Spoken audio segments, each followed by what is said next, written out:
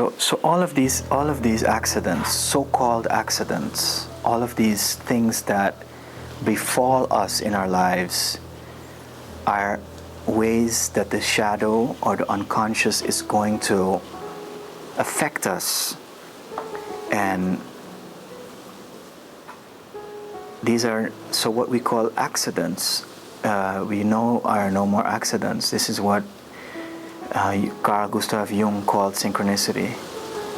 And Jung worked with one of the greatest physicists, Pauli, and they both proposed a new explanatory principle, which was not causality but which was synchronicity, as being this force in life that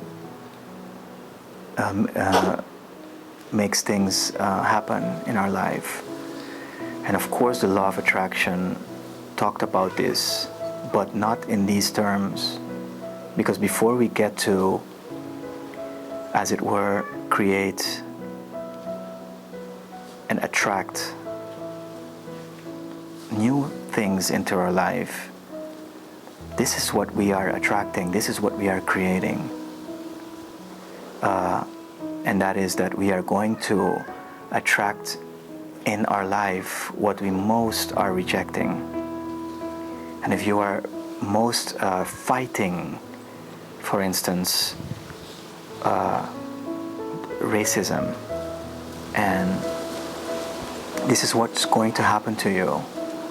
You know, if you are a teacher of racial profiling, this is what you are going to make happen to you. You're going to you are going to conjure up something in your life that is going to make you experience this, and often at the opposite side of where you think you're at.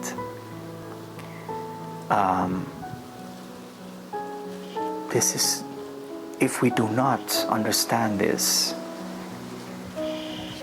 we are not going to survive.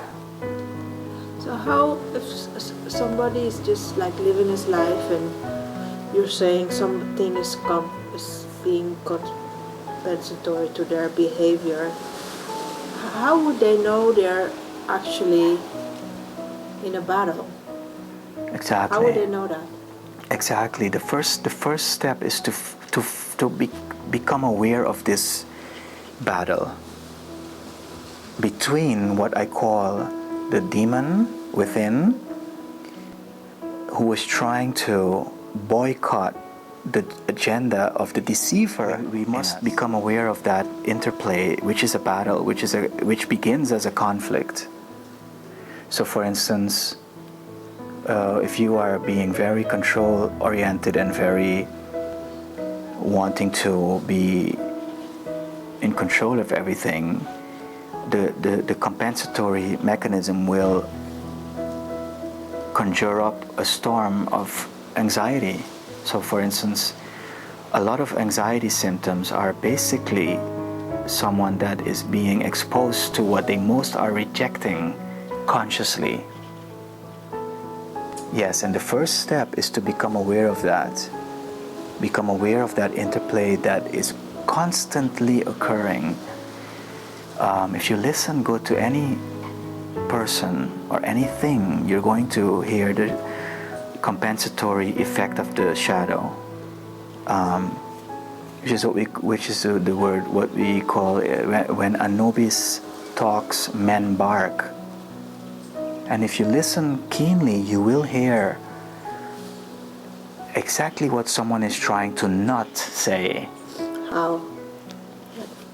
Oh, in any amount of ways, in slips of the tongue, in symptoms. If you listen if you pay very keen attention to someone's symptoms, you will see that the symptom is making them do what they least want to do. And so there is a constant interplay occurring between you and your what we call the shadow, or which is that opposite in your life that you are most avoiding. So for instance, if I go to sleep at night and I have a nightmare where I'm exposed to terrible fear, it means that by day I am avoiding anxiety.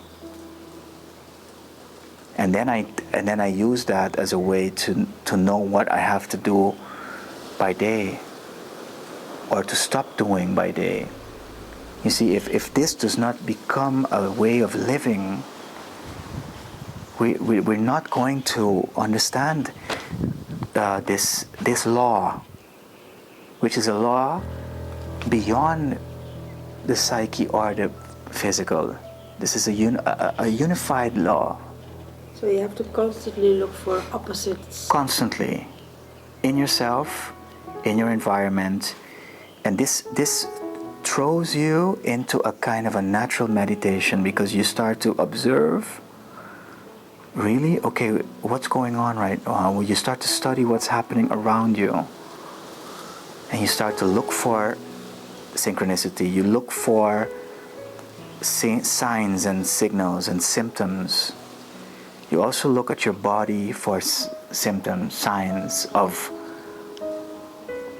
compensatory signs. What is my body telling me right now? What is my environment? What is someone else really trying to tell me? Often, the shadow or the compensatory mechanism will speak through another person, and we censor it away. Like how? Like, for instance, if a reporter is telling you something about your party, your political party,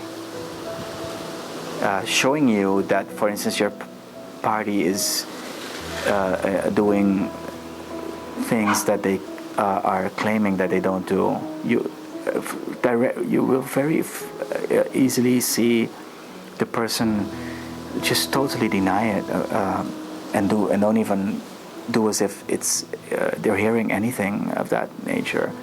So we learn to be very aware. It's like almost another level of awareness where we start to become, it's a heightened awareness of what is happening around me. We mostly are not in the now in these terms, but this takes you into the now in terms of observe, okay, what effects are occurring right now to show me my self-deception.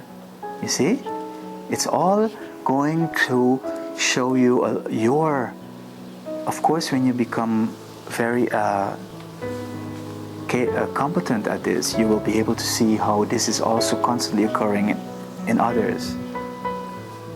I guess it's much easier to see it in the other. It's much easier, but it's also a way of keeping in touch with this, which is basically what I call this field mechanism.